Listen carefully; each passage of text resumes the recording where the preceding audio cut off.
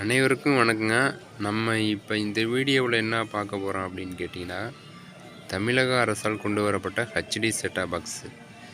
இது எப்படின்னு பார்த்தீங்கன்னா, இருக்கிற தமிழ்நாட்டிலே அல்லது இல்லை இந்தியாவுக்குள்ளேயே ஒன்று வச்சுக்கலாம். மிகப்பெரிய சிறிய செட்டாப் பாக்ஸு அப்படின்னு சொன்னீங்கன்னாக்கா நமது தமிழ்நாடு அரசால் கொண்டு வரப்பட்ட செட்டாப் பாக்ஸ் தான். ரொம்ப சின்ன சைஸ்ன்னு சொல்லலாம்.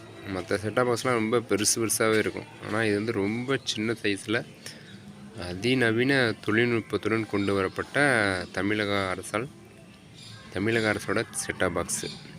இதில் பார்த்தீங்கன்னா கேபிள் டிவி இன்னும் கொடுத்தாங்க. இதில் ஒரு கேபிள் டிவி அவுட்டு கொடுத்துக்கலாம். யூஎஸ்பி கனெக்ஷன் இருக்குது, ஹெச்டிஎம்ஐ இருக்குது, அண்டு இதுவும் இருக்குது, ஏவி கார்டு 3 பின்னும் இருக்குது. அடுத்து அடாப்டர் ஒன்று. இந்த பாக்ஸு பார்த்தீங்கன்னா இப்போ ஏற்கனவே ஒரு பாக்ஸு லான்ச் பண்ணியிருந்தாங்க.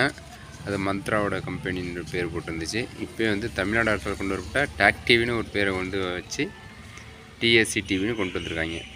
இது ஸ்டாலின் அரசால் அதீத முயற்சியின் காரணமாக அதோடய சிம்பிள் இங்கே போடப்பட்டிருக்குது. அதுமாரி டிவி ஆன் பண்ணாலும் நம்ம மந்த்ரான்னு தான் வரும். ஆனால் இப்போ டாக் டிவின்னு தான் வருது இந்த ஹெச்டி செட்டாப் பாக்ஸில். அதீத முயற்சியின் திமுக அரசால் கொண்டு வரப்பட்ட தீவிர முயற்சியின் காரணமாக டாக் டிவினே கொண்டு வந்திருக்காங்க.